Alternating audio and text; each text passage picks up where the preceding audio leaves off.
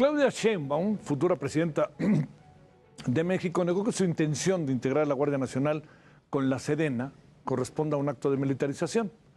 Precisó que cada corporación tiene una comandancia distinta. Aclaró que toda política de seguridad estará en manos del gobierno federal a través de la Secretaría de Protección Ciudadana. Habla de personajes de su gobierno de carácter civil, como ella, ¿no? Defendió la política instrumentada por el presidente López Obrador al considerar que han bajado los homicidios, cuestión que es un asunto que no se alcanza del todo, la verdad, a apreciar. Los números se acomodan de repente de una manera muy aleatoria, ¿no? Tanto para la crítica como para la ponderación. Le hemos pedido a Samuel Storr, un colaborador del programa de seguridad ciudadana de la Universidad Iberoamericana, aquí en la Ciudad de México, hablar del tema. Samuel, gracias por tu tiempo. ¿Cómo estás? Buenas noches. Hola Javier, buenas noches.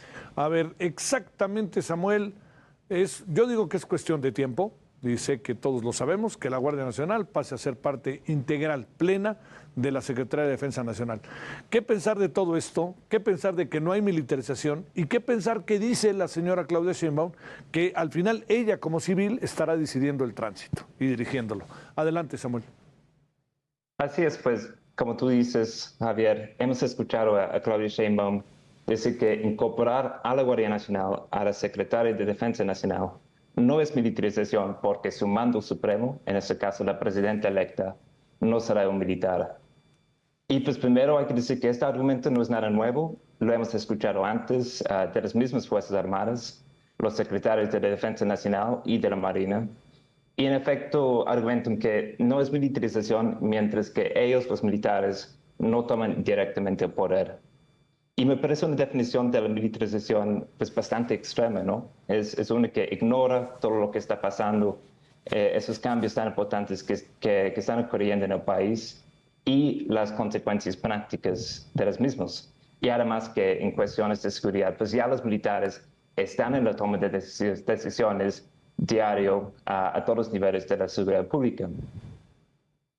Si tomamos esa definición, que la militarización se trata de la relación de los militares con el poder, pues podemos decir que jamás en la historia mexicana quizás se encuentra el ejército gestionando tantos recursos públicos y en tantos ámbitos del gobierno.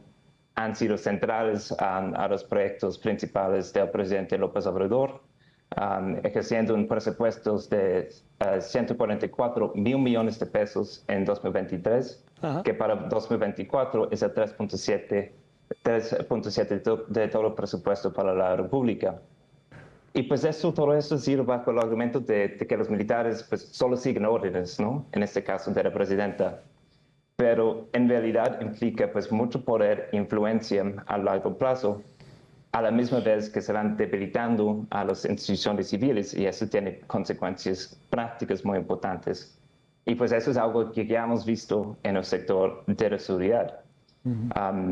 El tema de hoy, entonces, el proyecto de la Guardia Nacional, es un proyecto que no solamente es pues, de la presidencia de López Obrador, sino que es un proyecto que podemos trazar a las Fuerzas Armadas durante la presidencia de por lo menos Enrique Peña Nieto. Y yo creo que es una buena muestra de la influencia transeccional de ese poder militar.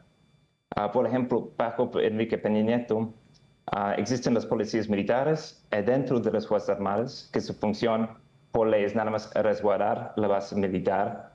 Pero durante el sexenio antepasado, cambiaron esta función, inventaron su propio esquema de capacitación y incrementaron bastante la cantidad de policías militares, alcanzando a 36,000 soldados, que es 6 veces más de lo que habían antes y una cantidad mayor a lo que era la Policía Federal en ese tiempo.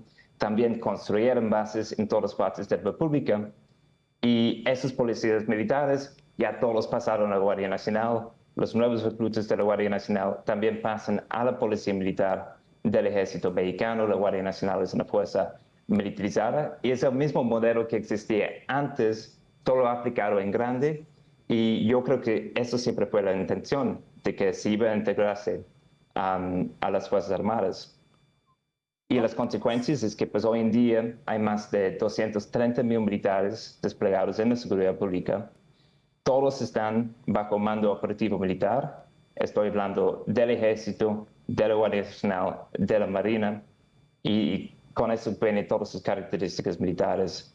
Y eso se trata de una fuerza mayor de todas las policías estatales en el país. Sí. Es el principal actor quizás en la seguridad pública, Sí. nada más por la cantidad de personal. Oye, Samuel, déjame plantearte, digamos, muchas cosas al final de este sexenio, por lo que tendrían que pasar sería pues por una natural evaluación, ¿no? ¿Habría elementos concretos ya para evaluar lo que ha sido la creación, el desarrollo de la Guardia Nacional del 2019 a la fecha, tomando en cuenta además que fue una Guardia Nacional pensada civil y que para ser aprobada tuvo el apoyo de todos los partidos políticos? A ver, ¿cómo ves estos años de Guardia Nacional? Pues desde el programa de seguridad ciudadana llevamos todo el sexenio rastreando lo que está pasando, analizando lo que está pasando con este proyecto. Y es bastante extraño lo que hemos encontrado. Uno de los argumentos para la Guardia Nacional es que pues, iba a permitir que las Fuerzas Armadas se retiren de la seguridad pública. De hecho, lo que ha pasado es lo contrario. Acabamos de publicar un informe en que pues, hacemos el ejercicio de ver los números, los datos que están reportando la Guardia Nacional en sus informes anuales y tomarlo pues por lo que dicen, ¿no? Y lo que observamos cuando comparamos año por año, primero la Guardia Nacional reporta muy pocos resultados en comparación con otras instituciones de la seguridad pública. Detiene, por ejemplo, muchísimo menos personas en un año una Guardia Nacional comparado con una policía estatal, o sea que la diferencia es grandísima. Pero no solamente esto, el ejército mexicano también está realizando más detenciones y de hecho lo que reporta la Guardia Nacional en esta métrica va en declive durante el sexenio, un declive muy marcado, mientras que el ejército pues, va en aumento. Entonces, pues abre bastantes preguntas. Si la Guardia Nacional se encuentra ya consolidándose, ¿qué está pasando adentro? ¿Para qué se usa? ¿Para qué se puede utilizar? Dado pues sus capacidades de su personal. Y también hay que mencionar que pues, también buscamos datos por transparencia, que es una fuente muy importante que ojalá no se va a cerrar en el futuro. Y no hay ninguna consistencia entre los datos que nosotros recibimos. Realmente no es posible interrogar, entender mejor lo que hace la Guardia Nacional a través de esas fuentes. Y la pregunta que nos abre es, ¿qué está pasando otra vez adentro de la Guardia Nacional? En asuntos administrativos, por ejemplo. Y también, como yo mencioné, no estamos viendo que se retiren las fuerzas armadas de la seguridad pública, están cada vez más involucrados por su propia cuenta y también a través de la Guardia Nacional. Y me parece que la Guardia Nacional no es un vehículo para que ellos se retiren, sino que todo lo contrario, que la Guardia Nacional fue creada precisamente para asegurar su participación permanente de las Fuerzas Armadas en la seguridad pública, que es un proyecto que han buscado ya desde hace muchísimos años. Sí. Y si quieren saber más, les invito a visitar nuestro portal en línea, Sí. que es seguridadviacivil.vero.mx, en donde publicamos todos esos datos en formas interactivas y bastante fáciles de entender para que saquen sus propias conclusiones. A ver, Samuel, un asunto que se menciona a menudo, ¿no? Que se menciona, es como una constante, ¿no? Ahora pensaba en que los estudiantes recién egresados de Derecho se encarguen de ser jueces porque no se corrompen y traen muchas cosas favorables, impulso, etcétera.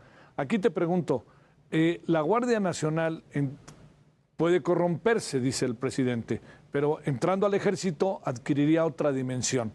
¿El ejército es un ente aislado? ¿Al ejército no hay corrupción? ¿O qué es lo que sucede como para pensar que el ejército además puede hacer todo lo que el presidente lo ha puesto a hacer? Pues yo creo que quizás es un punto de vista un poco cínico, pero yo creo que esta cuestión de la corrupción se trata de tiempo y oportunidad.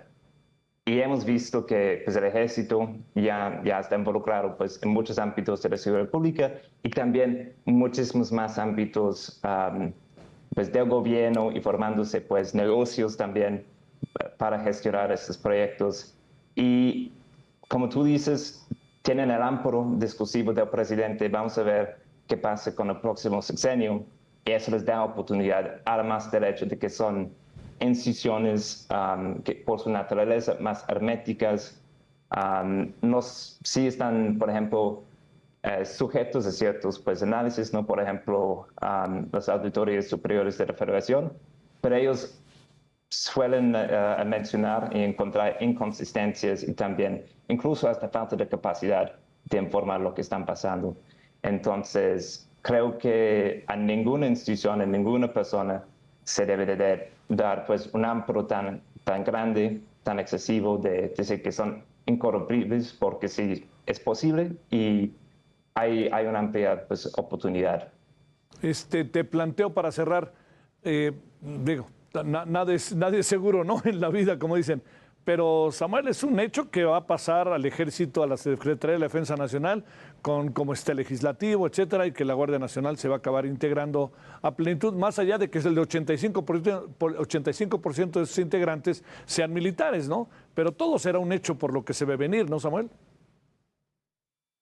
Pues sí, en efecto, sí es parte de la Secretaría de Defensa Nacional, a pesar de que pues, la Suprema Corte en sus fallos ha señalado que ya debe de retirarse, pues hemos visto que no ha pasado y han intentado por muchos días, no solamente a través de la Guardia Nacional, sino antes con la Ley de Seguridad Interior, asegurar pues que tienen un piso legal para involucrarse en la seguridad pública a largo plazo y parece que hay barreras constitucionales que yo todavía considero que están muy fuertes, pero sí tienen amplio pues, respaldo, ¿no? En los bancos de los legisladores. Entonces, creo que es más posible que antes que pueda pasar. Sí, sí.